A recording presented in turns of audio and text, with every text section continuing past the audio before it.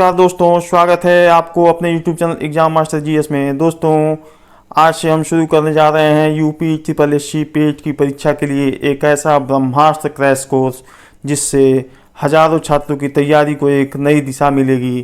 तो दोस्तों, आज का ये पहला दिन है और पहले दिन के टॉपिक में हम पढ़ेंगे सिंधु घाटी की सभ्यता, वैदिक संस्कृति, बौद्ध धर्म और जैन धर्म। आज इस टॉपिक को हम कंप्लीट करने वाले हैं। चलिए बिना समय गवाए शुरू करते हैं। सिंधु घाटी सभ्यता। दोस्तों, सिंधु घाटी सभ्यता के बारे में बात करें तो अगर इसके ऐतिहासिक पृष्ठभूमि को देखते हैं दोस्तों, तो ऐतिहासिक पृष्ठभूमि में भारतीय उपमहाद्वीप के प्राचीन इतिहास के पृष्ठों को जब हम पलटते हैं तो एक ऐसा कालखंड सामने आता है जो केवल बस्तियों का समूह नहीं बल्कि आधुनिक महानगरों जैसे भव्यता का परिचायक था। इस महान संस्कृति को हम सिंधु घाटी सभ्यता या इसके पहले खोजे हुए पुरा स्थल के नाम पर हड़प्पा सभ्यता भी कहते हैं।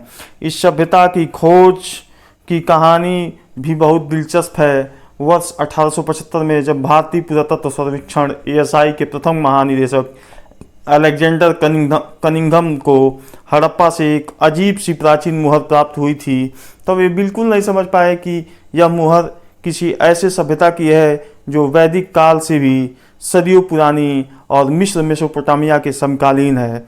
इस छुपे हुए इतिहास को प्रकाश में लाने का श्रेय वर्ष 1921 के भारतीय पुरातत्ववेत्ता दयाराम साहनी को जाता है, जिन्होंने पाकिस्तान के मोंटगोमरी जिले में रावी नदी के बाएं तट पर स्थित हड़प्पा नामक प्राचीन टीले की विधिवत खुदाई शुरू की। इसके ठीक एक साल बाद 1922 में रखाल दास बनर्जी ने सिंध प्रांत के लरकाना जिले में सिंध नदी के तट पर स्थित मोहनजोदड़ो के विशाल खंडहरों को खोज निकाला। तत्पश्चात वर्ष 1924 में सर जॉन मार्शल ने विश्व के समक्ष इसकी औपचारिक घोषणा की। कार्बन C14 डेटिंग के अनुसार इसका सर्वमान्य काल जो माना जाता है दोस्तों 2500 ईसा पूर्व से 1750 ईसा पूर्व। अगर इसके भौगोलिक विस्तार की बात करें दोस्तों, तो यह सभ्यता त्रिभुजाकार रूप में लगभग 13 लाख वर्ग किलोमीटर में फैली थी।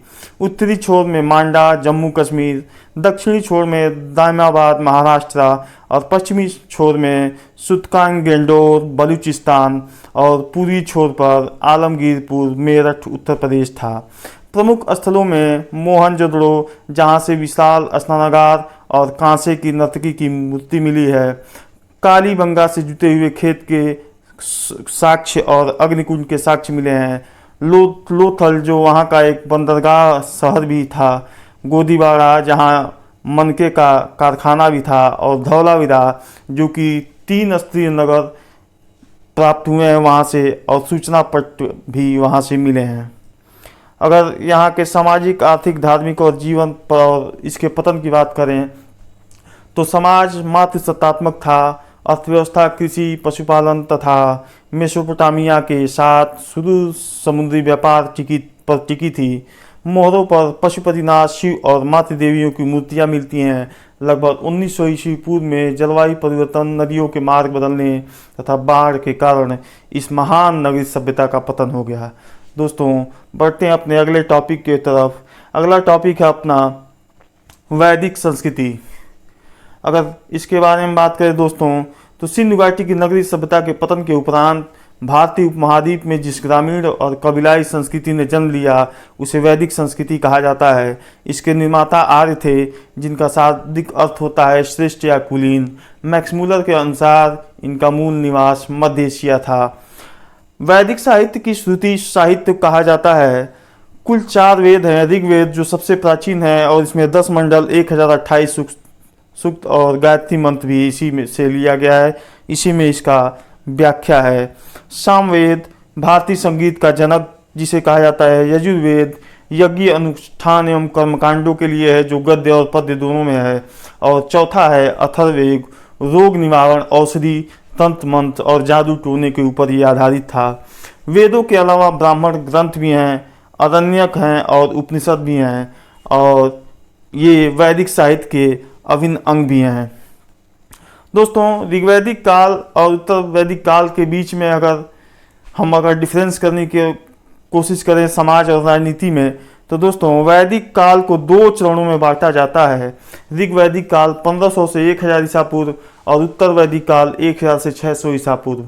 ऋग वैदिक काल के समाज कबीलाई और समतावादी था, जहां वर्ण व्यवस्था कर्म पर आधारित थी और महिलाओं को उपनयन संस्कार व सभा समिति में भाग लेने का अधिकार था। और राजनीति की बात करें तो राजा कबीले का संरक्षक होता था।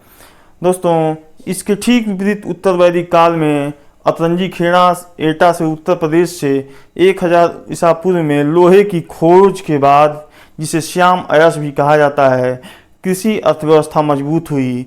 समाज कठोर जन आधारित वर्ण व्यवस्था में जकड़ गया, गोत्र प्रथा स्थापित हुई और राजा का पद अनुवांशिक होकर निरंकुश होने लगा और महिलाओं की स्थिति में इस समय गिरावट आई। दोस्तों अगर नदियों और देवताओं और दार्शनिक चिंतन की बात करें तो ऋग्वेद में अनेक नदियों का वर्णन है, जिनमें सरस्वती को नदीतमा सबसे पवित्र नदी कहा गया है। सिंधु नदी का सर्वाधिक बार उल्लेख है। प्रमुख देवता इंद्र पुरंदर हैं और अग्नि और वरुण थे। उत्तर वैदिक काल के अंत में उपनिषदों की रचना हुई, जिन्होंने आत्मा, परमात्मा और मोक्ष के मार्ग को प्रशस्त किया, जैसे मुंडको उपनिषद से लिया गया सत्यमेव जयते। बढ़ते हैं अपने अगले आज के टॉपिक की तरफ। आज का अपना अगला टॉपिक है बौद्ध धर्म एवं गौतम बुद्ध। अगर इसके पृष्ठभूमि की बात करें दोस्तों तो 6वीं शताब्दी ईसा पूर्व में उत्तर वैदिक काल के जटिल कर्मकांडों, पशु बलि और वर्ण व्यवस्था की जातियों से त्रस्त भारतीय समाज में एक महान वैचारिक क्रांति हुई, जिसे श्रवण परंपरा कहा जाता है। इसी बौद्धिक उथल पुथल के दौर में गौतम बुद्ध शाक्य मुनि ने बौद्ध धर्म की नींव रखी। दोस्तों गौतम बुद्ध का जन्म 563 ईसा पूर्व में कपिलवस्तु के पास लुम्बिनी नेपाल में शाक्य गणराज्य के राजा शुद्धोधन और रानी महामाया के यहाँ हुआ था। इनका बचपन का नाम सिद्धार्थ था। सांसारिक दुखों से विरक्त होकर 29 वर्ष की आयु में इन्होंने राजपाट त्याग दिया, जिसे बौद्ध इतिहास में महाभिनिष्क्रमण कहा जाता है। वर्षों की कठोर साधना के बाद 35 वर्ष की आयु में वैशाख पूर्णिमा की रात को बिहार के बोधगया के निरंजना नदी के तट पर पीपल वृक्ष के नीचे उन्हें सर्वोच्च ज्ञान प्राप्त हुआ। दोस्तों अगर इसके अगले टॉपिक की बात करें तो बौद्ध धर्म में मूल दर्शन 4 आर्य सत्य और अष्टांगिक मार्ग का जो है व्याख्या किया गया है, इसके बारे में बताया गया है। बुद्ध ने अपने जीवन का पहला उपदेश उत्तर प्रदेश के सारनाथ में 5 शिष्यों को दिया, जिसे धर्म चक्र प्रवर्तन कहा जाता है। उन्होंने अपने दर्शन का आधार 4 आर्य सत्य को बताया। संसार में दुख है, दुख का कारण तृष्णा या इच्छा है, दुख का निवारण संभव है, दुख निवारण का मार्ग अष्टांगिक मार्ग है, मध्यम प्रतिपदा, मतलब बुद्ध जो है मध्यम मार्ग की बात करते थे। बुद्ध ने वेदों की प्रामाणिकता को नकारा, ईश्वर के अस्तित्व पर मौन रहे और वर्ण व्यवस्था का विरोध कर समाज के हर वर्ग के लिए द्वार खोल दिए। पाली भाषा में दिए गए उनके उपदेशों से जन सामान्य तेजी से जुड़ा। उनके वचनों को त्रिपिटक कहा गया, जिसमें विनय पिटक, शुद्ध पिटक और अभिधम पिटक संकलित हुआ। अगर बौद्ध धर्म के संगीतियों की बात करें तो बौद्ध धर्म के प्रचार प्रसार हेतु 4 महान संगीतियाँ आयोजित की गई। पहला राजगृह में किया गया 483 ईसा पूर्व अजातशत्रु के समय। दूसरा वैशाली में किया गया 383 ईसा पूर्व कालाअशोक के समय। और तीसरा पाटलिपुत्र में हुआ 250 ईसा पूर्व में अशोक के समय। और चौथा कुंडल वन जम्मू कश्मीर में 72 ईस्वी में कनिष्क के समय। और चतुर्थ बौद्ध संगीति के दौरान ही बौद्ध धर्म जो है 2 शाखाओं में विभक्त हो गया, जिनका नाम था हीनयान और महायान। दोस्तों बढ़ते हैं अपने अगले टॉपिक की तरफ। जैन धर्म एवं वर्धमान महावीर। दोस्तों अगर जैन धर्म की ऐतिहासिक पृष्ठभूमि में बात करें तो जैन धर्म प्राचीन भारतीय श्रमण परंपरा का एक अन्य अत्यंत बहुत ही महत्वपूर्ण और अहिंसा प्रधान स्तंभ है। जैन परंपरा में कुल 24 तीर्थंकर हुए, जैसे उन्हें धर्म के प्रणेता भी कहा जाता है।